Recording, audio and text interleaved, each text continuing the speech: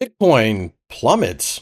Before we start, a quick word from our sponsor. This video is brought to you by XNET, the world's leading retail brokerage firm, offering ultra-fast execution and no overnight fees. Look for a link in the description below.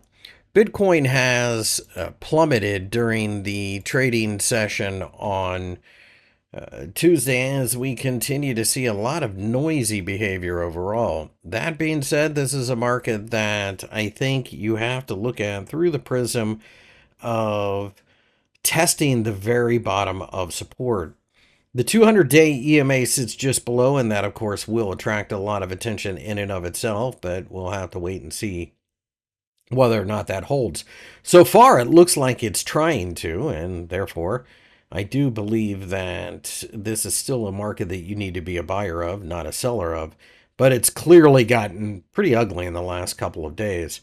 If we break down below the 200-day EMA, I think that opens up a move down to the $75,000 region, where we had seen a lot of resistance previously, so I would anticipate that there is market memory in that neighborhood. On the upside, if we can recapture the $90,000 level, then I think we could go look into the 50-day EMA, but whether or not we can actually pick up any momentum is a completely different story.